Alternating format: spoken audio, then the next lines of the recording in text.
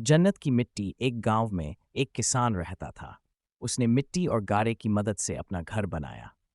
अपने घर में उसने एक छोटी सी 7 मेहराबों वाली मस्जिद भी बनाई, क्योंकि उसके 7 बेटे थे।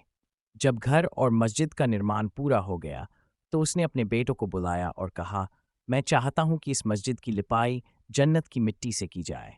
तुम सब भाई जाओ और जन्नत की मिट्टी खोज कर लाओ। बेटे ये सुनकर हैरान रह गए। वे सोचने लगे कि जन्नत की मिट्टी कहाँ से लाएं। लेकिन पिता का आदेश था, इसलिए 6 बड़े बेटे मिट्टी की तलाश में निकल पड़े। सबसे छोटा और 7वां बेटा बीमार था, इसलिए वह घर पर ही रह गया। शाम को जब 6 भाई थके मांदे और खाली हाथ लौटे, तो उन्होंने देखा कि उनका छोटा भाई एक बोरी में मिट्टी भरकर बैठा है। ये देखकर वे सब चौंक गए। पिता ने हैरानी से पूछा, बेटा तू तो घर पर ही था, फिर तुझे जन्नत की मिट्टी कहाँ से मिल गई? छोटे बेटे ने मुस्कुराते हुए उत्तर दिया, सारा दिन मैं माँ के पीछे पीछे घूमता रहा।